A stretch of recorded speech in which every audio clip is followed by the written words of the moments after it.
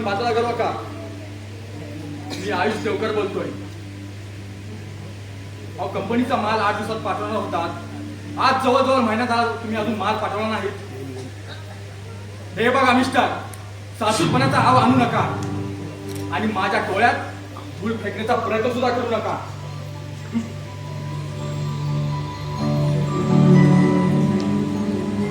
केसाने काळा कापल्याने विश्वासघाती माणसासोबत कॉन्ट्रॅक्ट केलं. इथेच माझा मूर्खपणा नडला.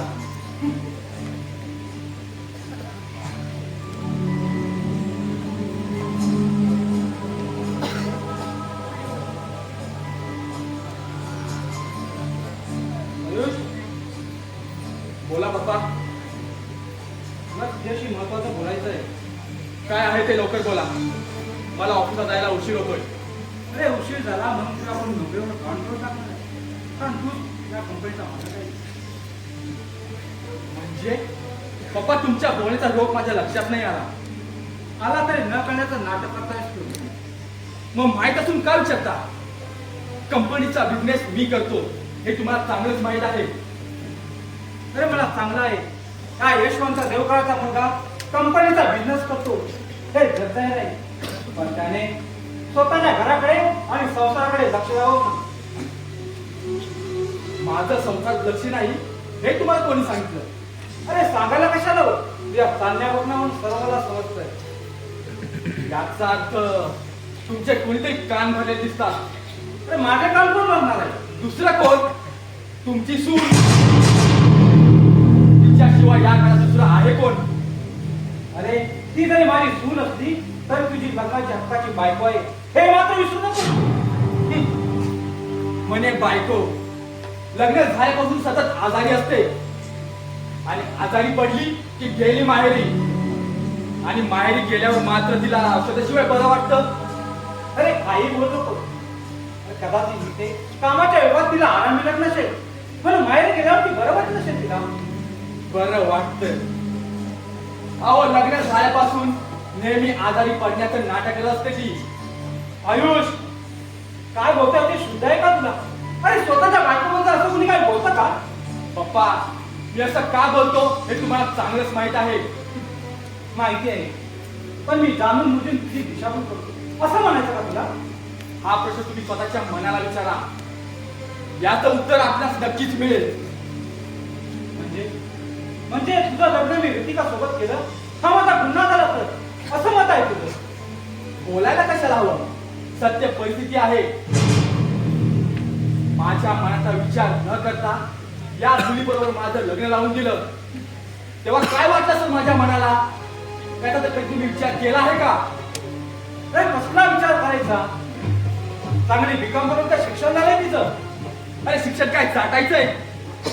फिरायला घेऊन जायला सुद्धा नुसती लाज वाटते मला. अरे लग्नाच्या बायकोला फिरायला घेऊन जायला कसले आले ना? का तर ती आजारी असते म्हणून? अरे तिचे गुण पहा, प्रत्येक कामात कशी तत्पर आहे ती. उलट सुलट प्रश्न विचारून माझं मस्तक घंटू नका. मला कोणी शांतपणे शिकवायचं नाही. माझं बरं वाईट पाहिला मी समर्थ आहे, कळलं? याचा अर्थ तो आपल्या घरांच्या अब्रूच्या धिंगावडे काढायला निघाला असता.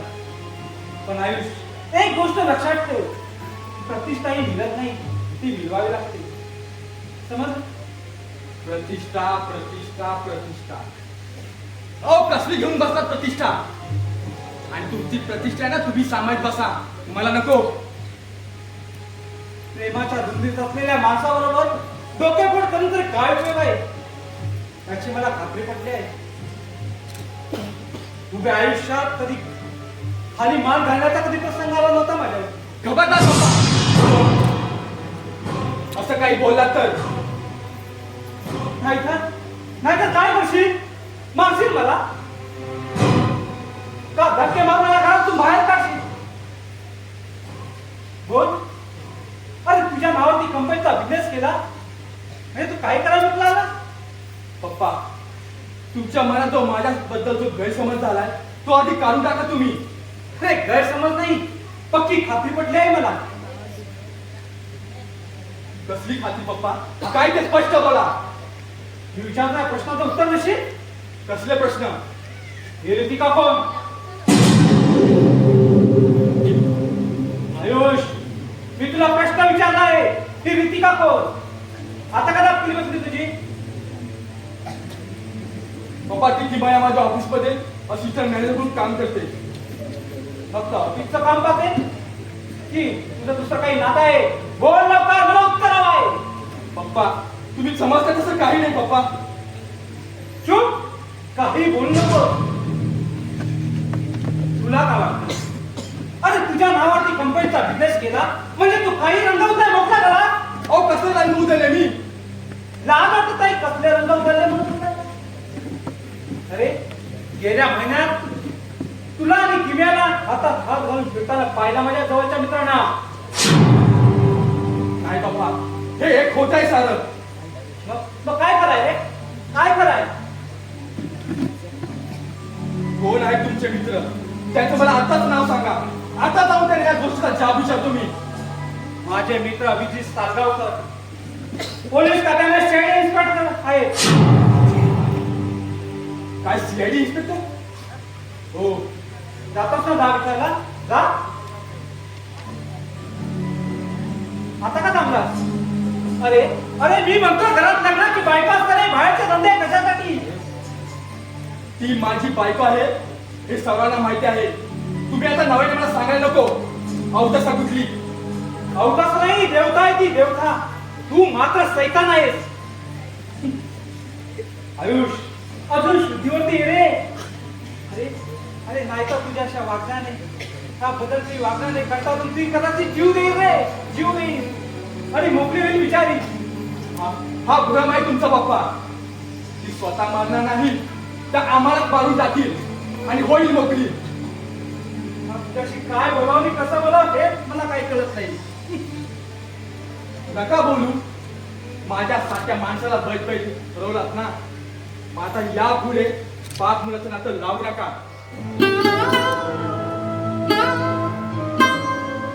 अरे रक्ताची नाती विसरता म्हणता विसरता येत नाही. सोडू म्हणता सोडू शकत नाही रे. पण जाऊ दे.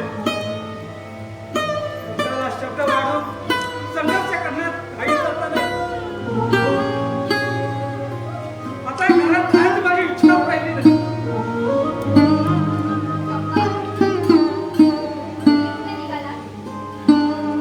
हे, या घरातून दूर वाट दिसेल अशा ठिकाणी.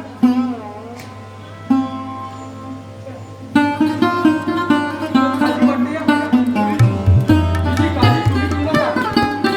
ती पाण्याची व्यवस्था करायला समर्थ आहे. आणि नवऱ्यानेच बायकोला सांभाळायची असते, सासऱ्याने नव्हे. अरे पण नवरा नालायक ठरला तर सासऱ्याने तिची मुलीप्रमाणे सेवा करायची असते. तोड पहा बाप मुलीचं. किती निष्ठुर आहात तुम्ही. स्वतःच्या वडिलांना कायमचे घरातून जा म्हणून सांगताय. आता काय म्हणावं तुम्हाला? काहीही म्हणा, रंगेर म्हणा, बदफैली म्हणा, वाटल्यास दोघी या घरातून चालते व्हा. या घरातून जाण्यापूर्वी या घरावर आणि सदैव माझा अधिकार आहे. ओ अधिकारवाले, विचारताय कोण तुम्हाला? चालायला लागा इथून. कोर्टात जा, माझ्यावर केस करा. नाहीतर आपल्या नातेवाईक मित्रपरिवाराला सांगा की माझा मुलगा माझ्यावर अन्याय करतोय. जा, तुम्हाला जे करायचं ते करा. स्वतःच्या मुलावर केस करणारा नादार माणूस मी नाही. घरातील अब्रू तवाट्या मांडणारा नालायक माणूस मी नाही. माणसातील माणुसकी संपल्यावर त्याच्यात तरी बोलण्यात तरी काय अधिकार आहे म्हणतो मी. काय अधिकार?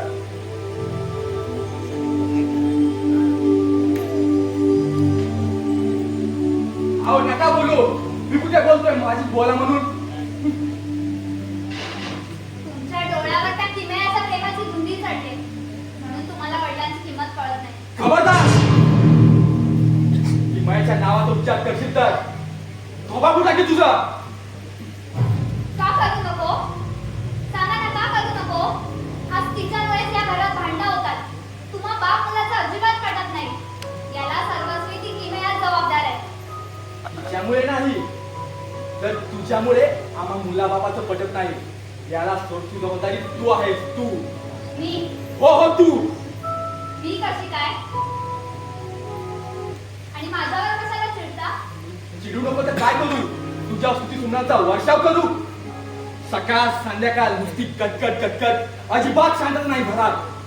मला माहितीये तुम्ही असंच बोलणार, पण मी आपल्या सोन्यासारख्या संसाराची माती होऊ नये म्हणून तुम्हाला सांगते. तुझ्या सारख्या बायकोकडून अक्कल शिकायला माझी अक्कलीकडे घाण नाही ठेवली. अगं तुझ्यासारखी अर्ध डोक्याची मुलगी खपून तुझ्या बाबाने आपल्या डोक्याचा ताप कमी केला. माझे बाबा आले नव्हते तुमच्या पायापर्यंत. माझंच नशीब खोटं. मग हा बाबाच्या नावाने रडत दुसरा पर्याय नाही तुझ्याकडे. आणि कारण हीच आहे तुझी योग्यता. आताच बाबांना फोन करून बोलावून घेते ना, त्यांनाही कळू दे त्यांच्या रितिकाचा सुखी संसार. जा ना, विचार ना. मी घाबरतो का त्यांना? मी पण त्यांना विचारतो ना की तुमच्या मुलीला हीच अक्कल शिकवली का म्हणून. माझी अक्कल काढू नका. आणि तुझी अक्कल नाही करतो काय करू? त्या बापाच्या थोडीचे गोडे मला ऐकू नको. त्याचा काही उपयोग नाही. पण एक लक्षात ठेव, तर माझ्या मातापर्यंत वागायचं नसेल ना तर चालायला घेतोन चालतोय घरातून. आणि कुठे जाऊ मी? मसनात जा. सगळ्यात तीच जागा योग्य आहे. आयुष, काय झालंय तुम्हाला? का असं नको त्या शब्दाने टोचून मला मरण यातना देत आहात? आणि अजून किती दिवस माझा तिरस्कार करणार आहात? आयुष्यभर. कारण ती मया मला आवडते. मला ना देवाना तुमची आहे. तुम्ही माझं सर्वस्व आहात. तुझ्या अशा गोड बोलण्याने माझं मन बदलणार नाही. असा काय गुन्हा केलाय मी? गुन्हा तुझा नाहीये, समजलं? पण आयुष, देवा ब्राह्मणांच्या साक्षीनं तुमची माझी जन्मगाठ बांधली गेली. ती जन्मगाठ मी कधी तोडून टाकले. असं नका काहीतरी बोलू. पवित्र लग्नबंधनांना बांधलो गेलो आहोत आपण. लग्न हे दोन देहांचं झालं माझ्या मनाविरुद्ध. पण मिलन या जन्मी तरी शक्य नाही.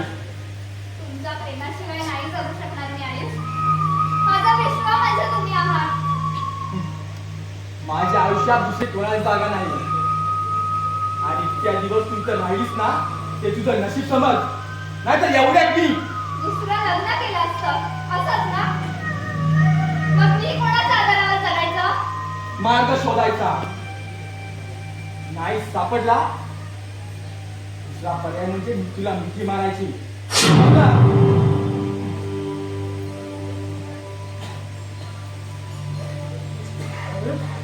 कोण आपण? आणि इथे याची तुमची हिंमत कशी झाली? हे काय विचारलं झालं? मी तुमचा सासरा. कोण कोणाचा सासरा? मी नाही ओळखत तुम्हाला.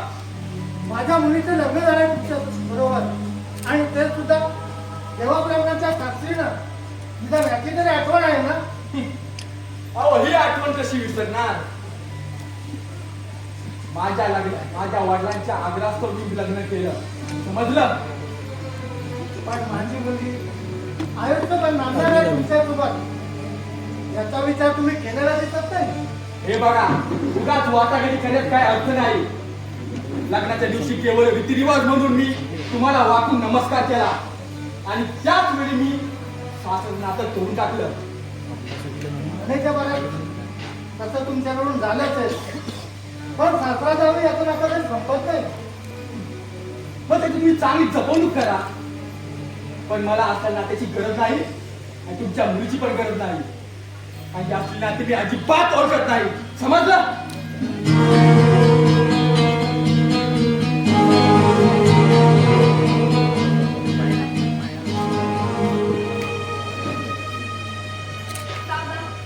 का बेटा? बाबा पाहिला तुमच्या रितिकाचा सुखी संसार? हो पाहिला, अगदी डोळे भरून पाहिला. आता कायमच्या डोळ्या मिळायचे पोरी. बाबा नका असं काहीतरी बोलू. हा दुःखाचा भाग आहे मला पोरी.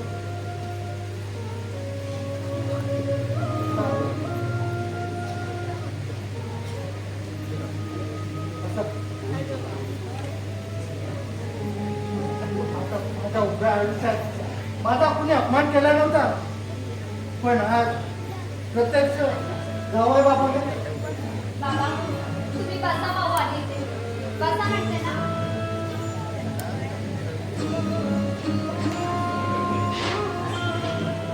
बाबा रडता आहात तुम्ही. आजवर संकटाचे गाव सोसले तुझ्या बापाने, पण कधी डोळ्यात पाणी येऊन दिलं नाही. आता मुक्तपणाने रडावंसं वाटतंय. पण कशासाठी बाबा? कशासाठी? माझी सगळी स्वप्न धुळीला मिळाली तुझे दुःख पाहून. बेटा टाकीचे घाव सोसतो दगड, कारण त्यातून सुंदर मूर्ती तयार होते. हे तुमचे शब्द आहेत ना बाबा?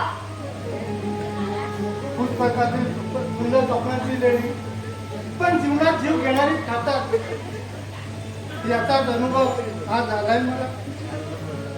नुसती पुस्तकं वाचून जीवनाचा अर्थ समजत नाही, तर ते खरं जीवन जगूनच ते समजतं आपल्याला. तुमच्या मुलीलाही जीवन जगूनच समजून घ्यायचं बाबा. पदोपदेची सप्तपदीची 7 पावले चालताना पदोपदी ठेचायला असतो. आता उभा आयुष्य कुठल्या आशेवर कुणाच्या आधारावर जगणार आहे? बाबा, मी कधी आजारी असते. हा प्रकार जेव्हा त्यांना कळला तेव्हा मला जवळ घेऊन तुम्हीच म्हणायला होतात ना, तू आजारी असतेस मी नाही, आणि सुद्धा तुला त्याच वेळी देतो. पूर्वजांची पुण्याही तुला सुखी ठेवी. शेवटी सारा मंगलाच होईल हा विश्वास तुम्हीच दिलात ना मला बाबा. प्रसंगी देवावरचा विश्वास देखील बसतो कधी. मला वाटलं होतं माझ्या आईचं लग्न झालं की त्याचा स्वभाव बदल होईल. माझ्या रीती राहण्याचं प्रेमाने पाहिजे आणि माझ्या तिला दुखाची वाटे करेल करेल. कितीही बोला, काहीही विचारा, नेमकीच उत्तरं आणि ते देखील तिरस्कारानं भरलेले. पण मी म्हणतो बाहेरच्या जगावर जीवापाड प्रेम आणि जन्मदात्याच्या धर्माच्या जोडीदारीचा तिरस्कार या साऱ्या प्रकारामध्ये काय गुण आहे मला समजलंच पाहिजे. त्याचा आता काही उपयोग होणार नाही. याचा जाब मी यशवंतरावांना विचारायला हवा. जिथं एकमेकांचं बोलणं नाही तिथं जाब विचारायचा कोणाला आणि उत्तर कोण देणार? पण एकदा या गोष्टीचा सोक्षमोक्ष करायलाच हवा मला. माझ्या सुखात अधिक भर पडेल. उद्याची आशाही मावळेल. रागाच्या भरात बोलताना तुमचा संयम तुटला तर त्याचा त्रास मलाच होईल. त्यापेक्षा कोणाला काहीही बोलायचं नाही, कोणाला दुखवायचं नाही. आणि काय करायचं? देवावर समोर राहायचं नाही रितिका नाही. माझ्या प्रामाणिकपणानं मला फसवलं याची खंत वाटते मला. कोण पटेकर? आपण कधी आला? आता झाला थोडा वेळ. आपलीच वाट पाहतच नाही. बरोबर, चहा वगैरे दिला की नाही तुमच्या मुलीने? मी इथे चहा मिळणार नाही. बरोबर आहे, तुमच्या मुलीचा सुखी पाहिला आला असा. यशवंतराव स्पष्ट बोललं तर राग नाही ना. रात आणि तो कशासाठी पटेकर? खरंच सुखाचा संसार चाललाय का तिथं? माझ्या मुले तुमची मुलगी सुखात आहे. अहो सुखात नव्हे तर ती जन्माची दुःखी झाली. बाबा नका असं काय बोलू. हो, असे काय बोलता तुम्ही? माझ्या भोळेपणाचा फायदा घेतला आणि फसवलाच मला. माझी मुलगी नेहमी आजारी असते हे मला माहीत आहे, पण तिच्या स्वभावाची फारक अजून आयुष्याला कळलेली नाही. हो, मी फसवलं असं तुम्ही म्हणता, ते कसं काय? यशवंतराव, आईचं हे लग्न मान्य होतं. अहो त्याशिवाय का लग्नाच्या बोल्यावर चढला तो? त्याला हे लग्न मान्य नव्हतं, पण तो तुमच्या शब्दाखाती लग्नाला तयार झाला आणि माझी पोट लग्नाच्या होमकुंडात बळी पडली आणि ती आयुष्यातून उठली. बाबा, तुम्ही त्यांना का दोष देता? त्यांनी आपलं कर्तव्यच केलं. कारण प्रत्येक आई वडिलांना वाटतं आपल्या मुलांचं लग्न वेळेत व्हावं. त्याप्रमाणेच त्यांनी बरोबर आहे सुनबाई. माझ्या मुलावर माझा विश्वास होता, पण लग्न झाल्यावर असा विश्वासघात करेल असं स्वप्नात सुद्धा वाटलं नाही मला. लग्न झाल्यापासून तो एकदाही आपल्या बायकोसोबत सासूरवाडीत आलेला नाही. जाऊ दे बाबा, तुम्ही नका त्रास करून घेऊ. साधं बोलणंही नाही तिच्या बरोबर. अशाने आमचा संसार सुखाचा कसा होईल यशवंतराव? तोच विचार मी सुद्धा करतोय. आपण काही विचारायला गेलं की माझ्यावर सुद्धा चिडतो तो. सुनबाई, तू माडीवर जा आणि आयुषला मी खाली बोलावलं म्हणून सांग. आजच्या गोष्टीला सोक्ष करून टाकू. पण पप्पा, ते केव्हाच बाहेर निघून गेले. काय? होय. ज्यावेळी मी इथे आलो तेव्हा ते माझ्याकडे काही न बोलता त्याला बाहेर निघून गेले. साधे माझे विश्वासून राहिले बाजूला आणि मी त्याचा सासरा आहे याचा तुझा विश्वास पडला त्याला म्हणजे काय? म्हणजे तुमच्याशी सुद्धा काही बोलला नाही तो? नाही. जाता जाता म्हटलं एक सांगून गेले, मला तुमच्या मुलीची गरज नाही आणि तुम्ही माझे सासरे आहात हे नातं मी मागत नाही. काय? त्याची ही हिंमत घरी आलेल्या पाहुण्याचा अपमान करण्याकरता मदत करते. बरं, उशीर होते मला, निघायला हवं. थोडी स्वतःची काळजी घे, माझा विचार करू नको. यशवंतराव, येतो मी. निघालात पटेकर? होय, मला सोय झाला, निघायला हवं. गाड्या तुझ्या वेळेवर मिळत नाही तेव्हा स्टँडवर वेळेत पोहोचलेलं बरं. हो, आजच्या दिवस थांबा तुम्ही. आयुष घरी आला ना की संध्याकाळ त्याच्यासमोर या गोष्टीचा सोक्षमोक्ष करून टाकू. आता माघार घेणार नाही. त्याला जा विचार.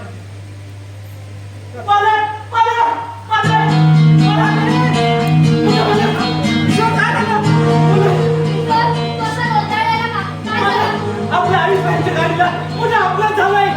हो, आयुष्याच्या गाडीचा अपघात. हो, दोन गाड्यांची समोरासमोर ठोकर झाली आणि त्यात समीर नावाचा माणूस जागी खाल्ला आहे आणि आयुष्याच्या डोक्याला आणि पायाला जबरदस्त मार लागलाय. मला तुम्ही चला, माझ्या समोर चला.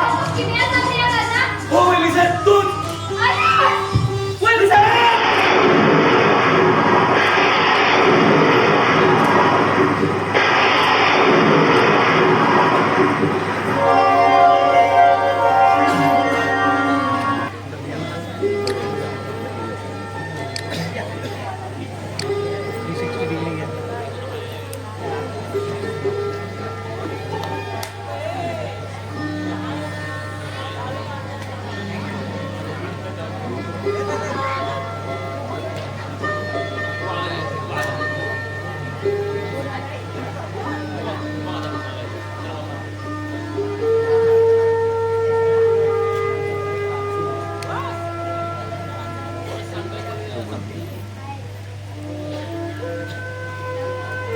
देवा, आता काय करू रे? तूच मला आता काय करू?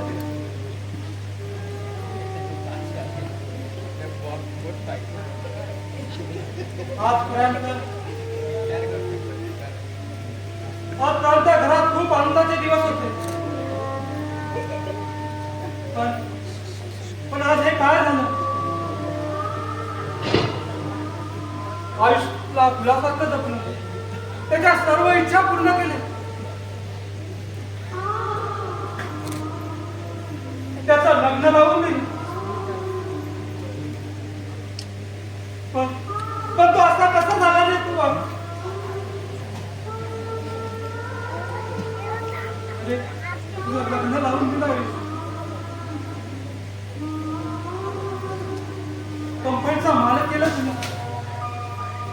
आणि आता तर हे काय करू बदलास तू आयुष? आयुष कुठून बसला? देवा माझ्या आयुषला सुखरूप घरी आण रे, सुखरूप घरी आण.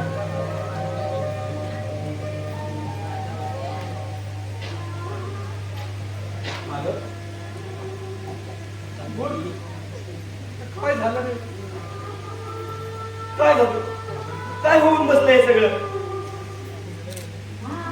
मालक, आजपर्यंत तुम्ही पुण्याचं वाईट केलं नव्हतं, मग तुमचं कसं काय वाईट होईल?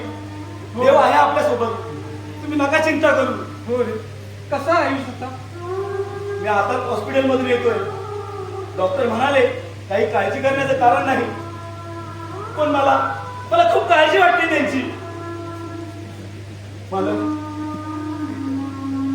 किती त्रास घेतात तुम्ही, तुम्हाला आरामाची गरज आहे. थोडा वेळ तुम्ही आराम करा, 2 घास खाऊन घ्या. हो, येतो.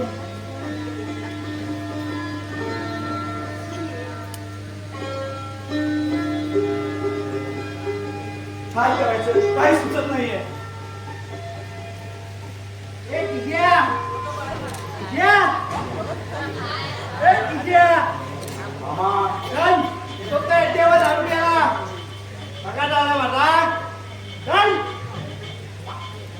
मामा, जरा शांत जा.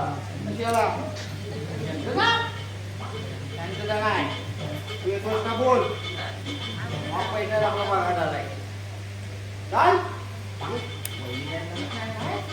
नाहीये. परवा सांगितलं नाही दारू तू बघितलं 2 दिवस काय रे तुझ्या घेपा जायचे माझे ते पेपरी नाही की 2 दिवस नुसता सुका वस्तच होता सिनाला आमचा. अरे मामा, नाही ना काय चाललंय तुझं? काय चाललंय म्हणजे तुला काहीच माहिती नाही? मला काय माहिती आहे नाही आपल्याला फक्त दारू अड्डा माहिती आहे. तू घेतोस का बाई? अरे मूर्ख आहेस का? तिथे काय परिस्थिती आहे याची जरा तरी जाणीव आहे तुला? नाही. मला जाणीव आहे दारूची. अरे आमच्या आयुष भाईचा 1 महिन्यापूर्वी ऍक्सिडेंट झालाय, हे तुला अजून माहित नाहीये? काय म्हणतो काय? आता सध्या परिस्थिती काय येते आणि तुझं आपलं दारू चाललंय. बापरे शिया एवढा मोठा प्रसंग झाला मला माहिती नव्हता रे. तुला कसं माहित पडणार? रोज दारूच्या नशेत पिऊन पडलेला असतोस. मला काय आता परिस्थिती काय आहे काय डॉक्टरांनी सांगितली नाही काय मला एवढा लागलाय तो. तुला जर वाटत असेल तर माझ्यासोबत हॉस्पिटल मध्ये चल. मी आता तिकडे चाललोय पुन्हा. यायचंय का तुला? हो चल जाऊया. चल चाल. मी जातोय बरोबर रे तू धरू नको मला.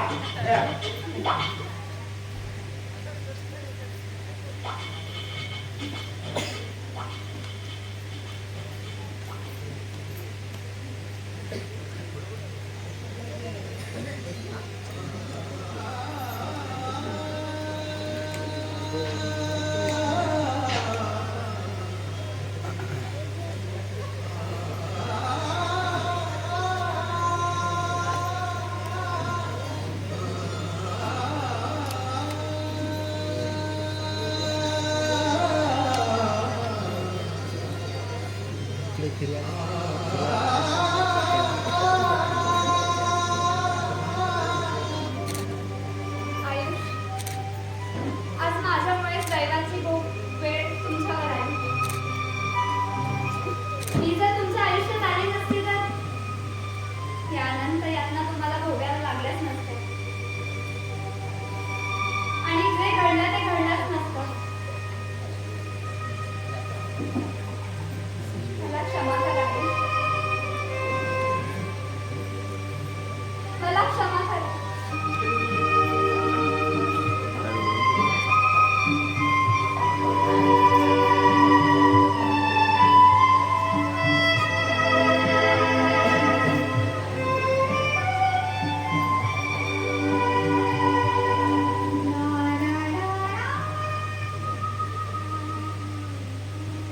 निका निका बेटा रडतेस तू अगं मला माहिती आहे तुझ्या दुःखाचं कारण पण तू घाबरू नकोस का आपलं आयुष्य सुखरूप घरी येईल. डॉक्टरांनी सांगितलंय पैशाची चिंता मुळीच करू नका. जेवढा पैसा लागेल तेवढा घ्या पण माझ्या मुलाचं ऑपरेशन व्यवस्थित करा. हो पप्पा. आणि डॉक्टरांच्या प्रयत्नांना यश आलं. आयुष त्या प्रसंगातून वाचले नाहीतर मी कधीच स्वतःला माफ केलं नसतं. बघा, तूच खरी घरची लक्ष्मी आहे. तुझ्यामुळे आयुष माणसात आला. त्याच्या वागण्यात वर्तनात सुधारणा झाली. नाही पप्पा. जोपर्यंत आयुष पूर्ण बरे होऊन घरी येत नाही तोपर्यंत माझ्या मनाला शांती मिळणार नाही. पप्पा मी एक विचारू तुम्हाला राग तर नाही येणार ना? ओके आजपर्यंत मी तुझ्यावरती रागवलोय का? मग कोणताही प्रश्न विचार अगं बिंदास्तपणे विचार. कोणताही आठ वाजता न ठेवता विचार. पप्पा एवढ्या दिवसात तुम्ही आयुषनं बघायला एकदाही हॉस्पिटलमध्ये गेला नाही का पप्पा? ते असे वागले म्हणून? माझी शंका खरी ठरली प्रभू. आज ना उद्या हा तू प्रश्न मला विचारशील.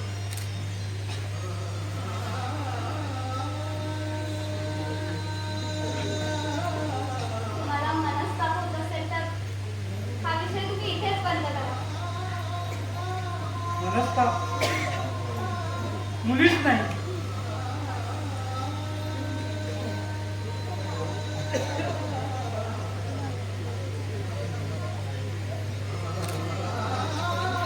का आयुषला भेटण्याचा मुद्दामून टाळतोय.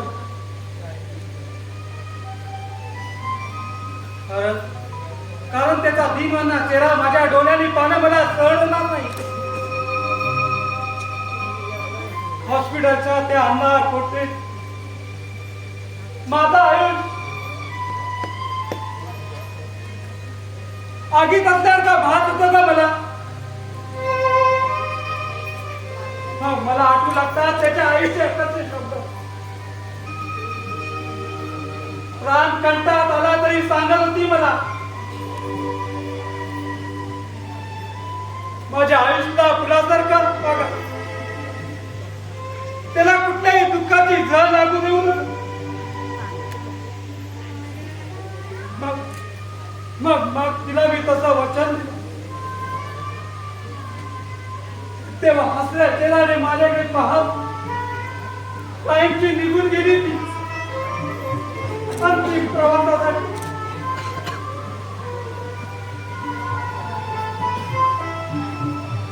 तेव्हापासून त्याच्या सुखासाठी वाटेल तेवढा पैसा खर्च केला. त्याचे लाड पुरवले. कंपनीचा मालक केला.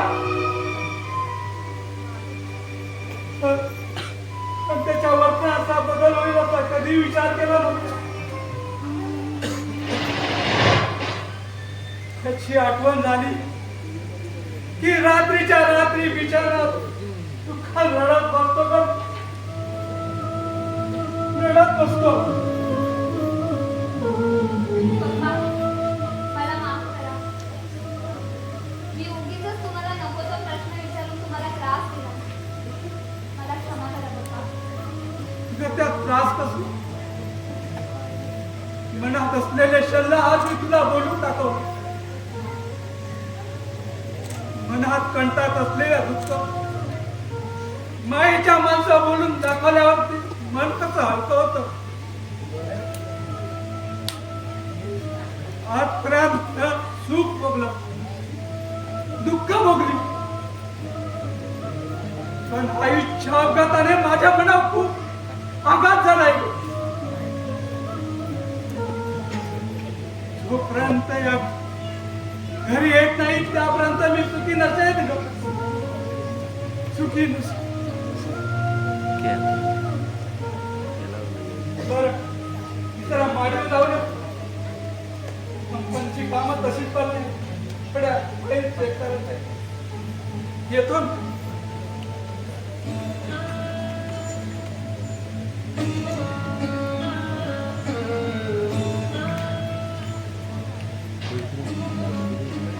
पप्पा, आज तुमच्या आशीर्वादामुळेच मी या घरात आहे.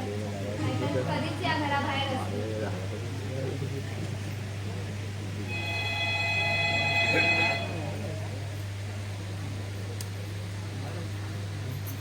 हॅलो, हा कोण? किशोर, अरे बोल ना, काय झालं? आयुष बरे आहेत ना? काय? डॉक्टरांनी आयुषला डिस्चार्ज दिलाय? हो, मी आणि पप्पा घरीच आहोत. हो, मी पप्पांना सांगते ना हॉस्पिटलला यायला. का? अरे येतील ना ते. बरं बरं, ठीक आहे, पण तू सांभाळून घरी घेऊन ये त्यांना. हो हो हो, ठीक आहे, हो, ठेवते. पप्पा, पप्पा जरा खाली येता का? बोल बोल बेटा, काय झालं? पप्पा, डॉक्टरने आयुषला डिस्चार्ज दिलाय. काय? किशोर घरी घेऊन येतोय त्यांना. मग मी जाऊ का हॉस्पिटलला? मी म्हणाले त्याला, पण तो नको म्हणाला. बरं पप्पा, मी लगेचच मंदिरात जाऊन येते. आता विचारतेस काय? तू आयुष घरी येईपर्यंत तू जाऊन येशील. जा लवकर तू. हो.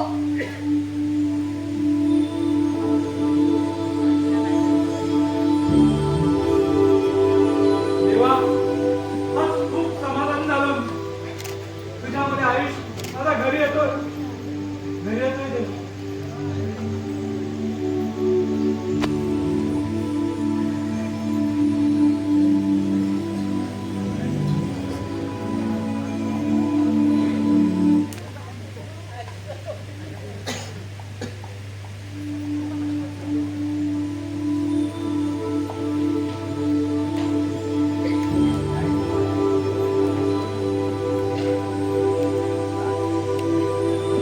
या, अवकाश वाटतो. आज कसं बरं वाटतंय ना? बसा, आधी बसा बघू इथे. कसं बरं वाटतंय ना? किशोर, माझ्या स्वतःसाठी घरात कोणीच नाही. कुठे गेले सर्वजण? अहो, असं कसं म्हणता बाई? असते घरात, ती कुठे जात आहे? तुम्ही आधी बसा, तुम्हाला आता मस्त पैकी गरमागरम कॉफी बनवून देतो, म्हणजे तुम्हाला बरं वाटेल. किशोर, काय म्हणता भाईनो? या अपघातामुळे माझा पुनर्जन्म झाला. मी ज्या चुक्या केल्या त्याचं मला देवाने प्रायश्चित्त दिलं आहे. भाईनो, त्याचा इतका विचार नका करू. आता तुम्ही आलात ना घरात, बस आता सगळं काही ठीक होईल. तुम्ही जास्त विचार करू नका. तुम्ही फक्त आता गरमागरम कॉफी प्या, बस आणतोच लगेच.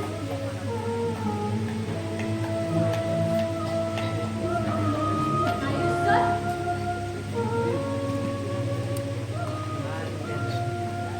काय झालं रे? मी तर कधी स्वप्नात सुद्धा पाहिलं नव्हतं की तुमचं असं काय होईल. स्वप्नात पाहिलं नशील तर आता पहा आणि कर तुझ्या मनाचं सांत्वन. आयुष सर, काय असं कदर बोलतात तुम्ही? मी असं का बोलतोय तुला चांगलंच माहित आहे, पण तू न समजायचं नाटक करतेस. मी नाटक करते असं का म्हणता सर? चुप, एक शब्द पण बोलू नकोस. माझ्या संसाराची वाट लावून नादान बाई आहेस तू. तुमचा संसाराची वाट ही लावली की सगळीच.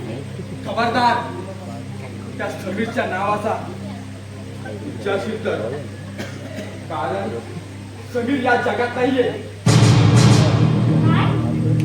मग सगळी गेला कुठे? एका महिन्यापूर्वी त्याचा आणि माझ्या गाडीचा अपघात झाला. तो जागीच ठार झाला आणि माझी अशावर अवस्था.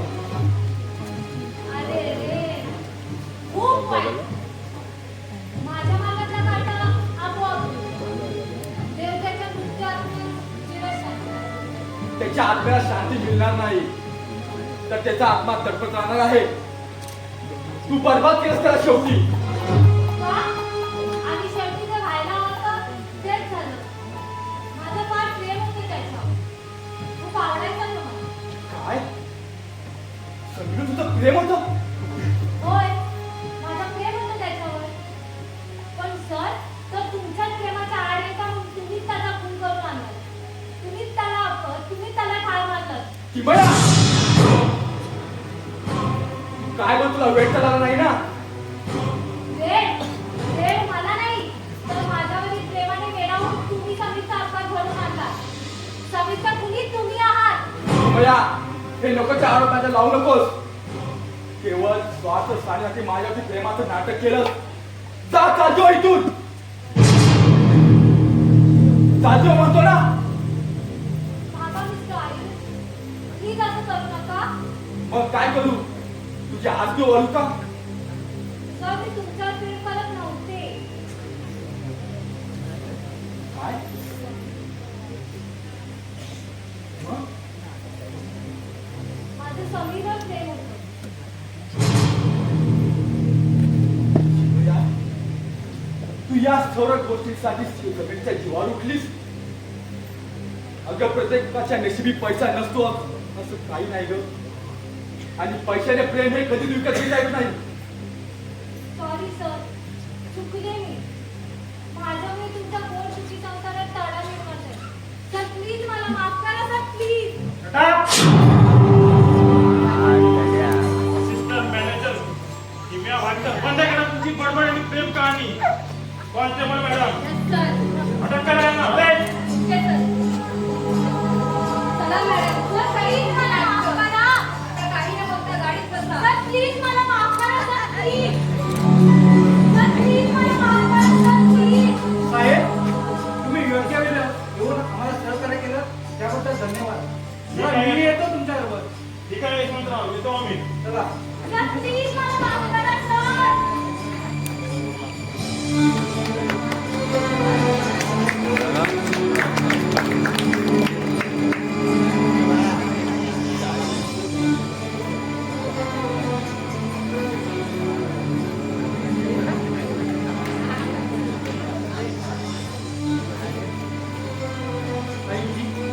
आपलं जास्त लागलं तर नाही ना? हो लागलं थोडं. तुला तर काही झालं नाही ना?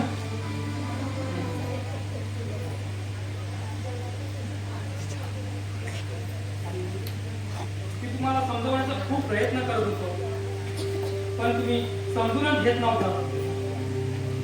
म्हणून मी तुमच्या पत्नीला भेटून गेलो, त्यांना विनवणी केली, त्यांना बोललो की माझी किमया माझ्याकडे परत येऊ दे.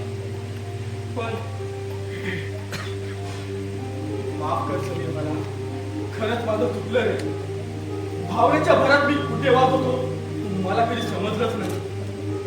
आपण पूर्ण किमयाच्या प्रेमामध्ये वाहून गेला होता आणि हेच मला असह्य होत होतं, कारण मला झोप सुद्धा लागत नव्हती हो. किमया माझी जीव की प्राण होता, जीव की प्राण होता.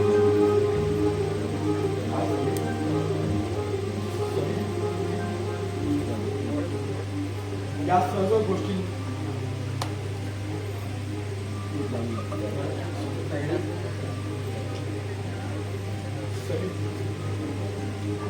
अरे मला आता समजतंय. समाजात अशा अनेक व्यक्ती आहेत, भाऊ बहीण आहेत, ते रात्रंदिवस काम करत असतात. कोणासाठी? कोणी आपल्या आई वडिलांच्या प्रेमासाठी, कोणी भावासाठी, कोणी बहिणीसाठी. वेगवेगळ्या प्रकारे प्रेमाचा वर्षा करत असतात रे.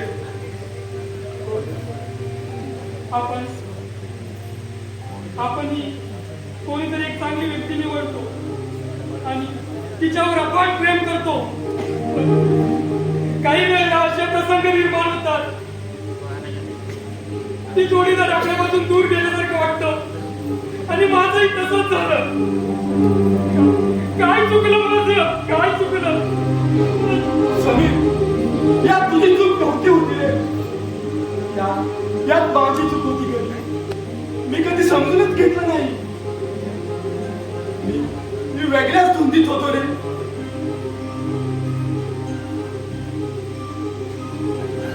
माफ कर समीर, मला माफ कर. आई, अरे, वेळा क्षमा कसली मागतोस तू?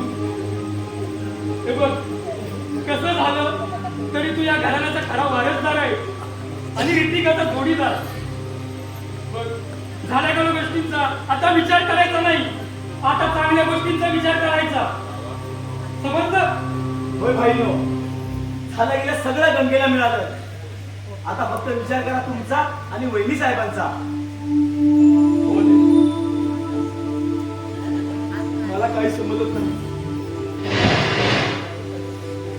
मला काही समजत नव्हतं.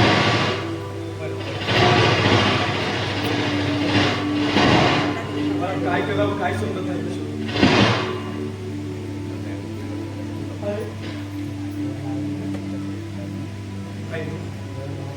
पण ही सगळी पुन्हाही आमच्या वहिनी साहेबांचीच ना, आणखी काय? अरे पण ते आहे कुठे? अहो, तुम्ही यायच्या आधीच त्या समोरच्या विठ्ठल रुक्मिणी मंदिरात जाऊन येते म्हणाल्या होत्या. काय? हो. आयुष पाहिलंच? अरे तुम्ही किती भाग्यवान आहात.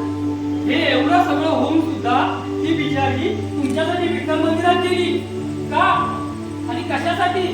तुमच्यासाठीच ना, या सुखी संसारासाठीच ना. आयुषजी, तुम्ही खूप लकी आहात. लकी आहात. काळजी घ्या स्वतःची. येतो मी. काळजी घ्या. तुम्ही आराम करा, मी जरा बाहेरून जाऊन येतो.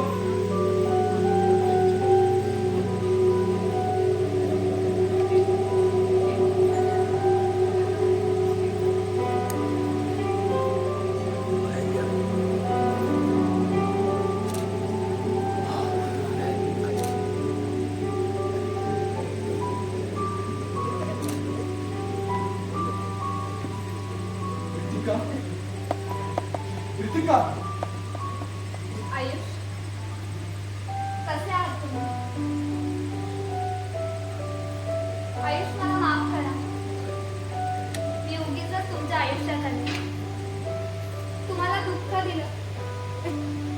पण खरं सांगू, तुमची व्यथा मला कोणी कळलीच नाही. तशी मी वाईट नाही, पण तुम्हाला मी कदाचित आवडली नसेल. कारण ऑफिस मधली किमया तुम्हाला आवडायची ना. आयुष, तुम्ही दोघं सुखी व्हा. मला दोघी आनंदात होईल. संध्याकाळच्या गाडीने मी निघते माहेरी जायला. ऋतिका, तुला माहेरी जाता येणार नाही. हे घर तुझं आहे, तुझ्या हक्काचं आहे. त्या घरातील प्रत्येक वस्तूवर, व्यक्तीवर तुझाच हक्क आहे. नाही ऋतिका, तुला माहेरी जाता येणार नाही. तू माझी आई ऋतिका. नाही आयुष, आता ते शक्य नाही. नाही ऋतिका,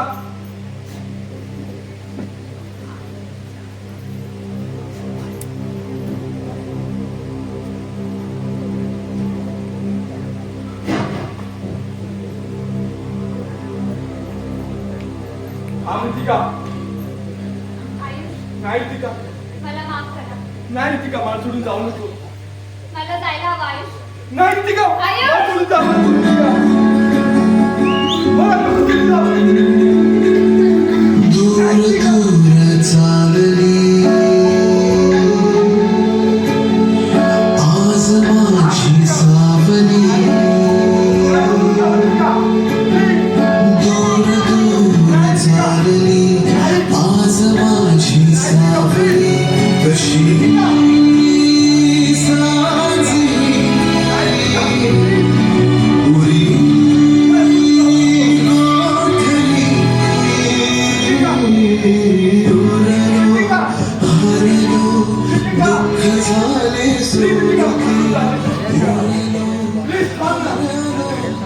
ऋतिका, ऋतिका, थांब ऋतिका, थांब ऋतिका,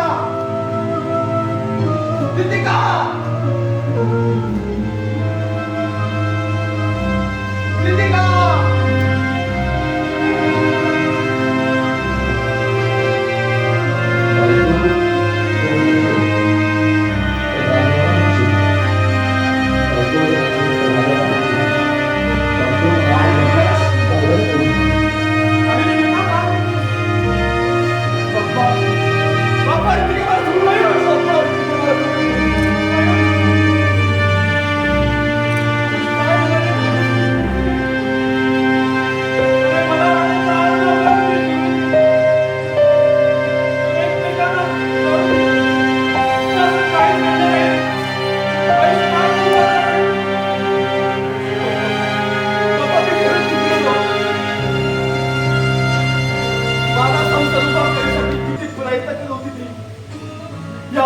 पंख फुटण्यासाठी, पण तिने पंख छाटून टाकले. मी तिला कधी समजूनच घेतलं नाही. पप्पा पप्पा, यासाठी मला तुमच्या पायात आहे ना क्षमा मागायची आहे. क्षमा मागायची. आयुष बेटा, मला माफ करा पप्पा, मला माफ करा.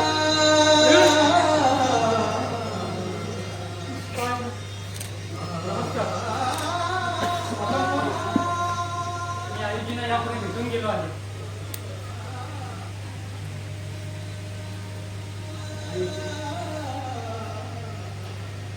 प्रीतिका या घरात नाही हे मला समजलं आहे.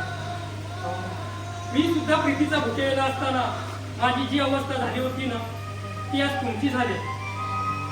समजलं? कारण माझं जिच्यावरती प्रेम होतं ते तिला कधी समजलं नाही, आणि तुमच्यावर जी प्रेम करायची ते तुम्हाला समजलं नाही. खूप पश्चाताप होतोय रे, खूप पश्चाताप. तिला मी कधी समजून घेतलं नाही. आणि मी माझ्या नाश्त्यापासून संध्याकाळपर्यंत मला काय हो काय नको यातच बघण्यासाठी, पण मी वेगळ्या स्थितीत होतो रे, वेगळ्या धुनीत होतो. तुमच्या माझ्या बरोबर नव्हती तेव्हा मला पश्चाताप किती व्हायचा याचा विचार केलाय कधी तुम्ही?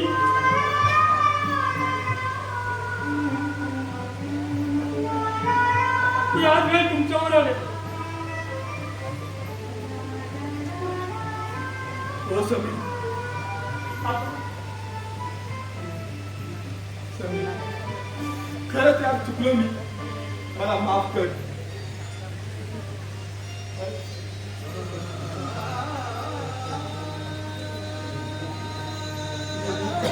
नेहमी आपल्या जोडीदाराला समजून घेता आलं पाहिजे.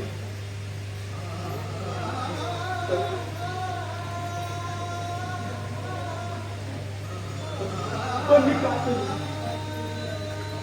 काय कर, सर्व तिची बदनामी आणि माझी.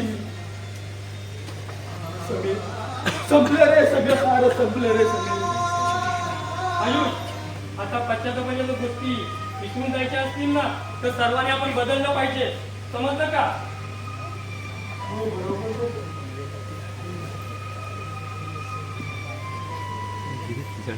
आयुषजी, मी काय म्हणतो, आपली जोडीदार काळी किंवा गोरी असा भेदभाव न करता ती स्वतःच्या पायावरती उभी आहे ना, अहो मग झालं की जेव्हा आपण तिचे जोडीदार बनतो, तिच्या खांद्याला खांदा लावून उभे राहतो, तेव्हाच खरे प्रीतीला पंख भरले, रंग भरले जातात, तो रंग भरले जातात.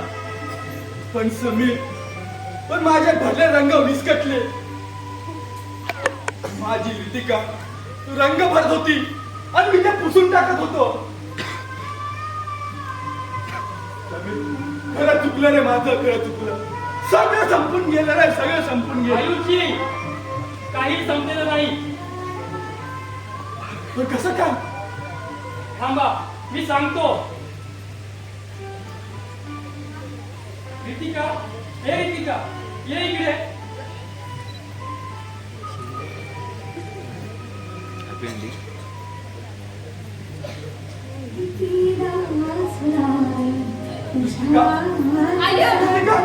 कितीदा म्हणावे तुझे गीत होती, कितीदा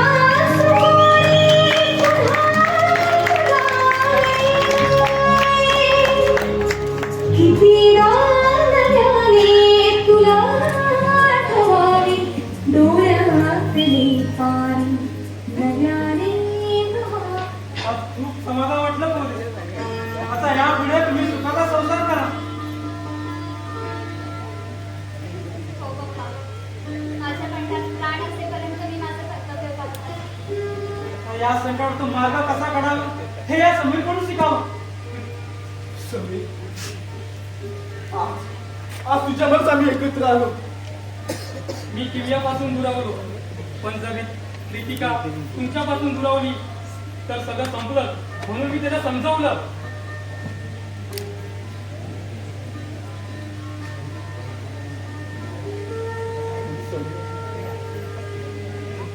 दिवस आज आम्ही एकत्र आलोय खरंच.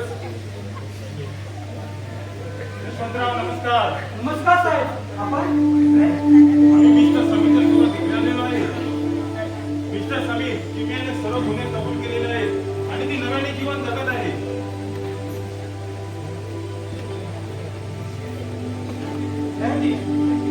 कॉन्स्टेबल मॅडम घेऊन येते ना.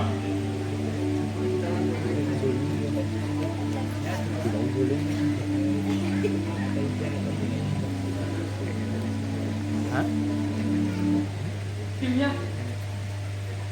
किमया समीर, चुकले रे. फक्त एकदा मला माफ करशील प्लीज. किमया किमया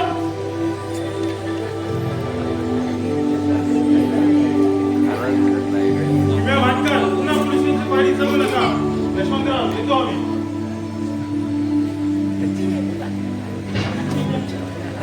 तुला माहित आहे एक तर मी प्रेम केलं तुझ्यावर. माहित आहे का तुला किमया? सगळं समजलं. शब्बास करोडो. आज मला खूप समाधान वाटतंय. खूप समाधान वाटतंय रे. आज माझ्या दोन्ही पिलांना प्रीतीला पंख लाभले. प्रीतीला पंख लाभले रे. आज खूप धन्य झालो देवा. खूप धन्य झालो. देवा पावलास की देवला जाऊन येतो.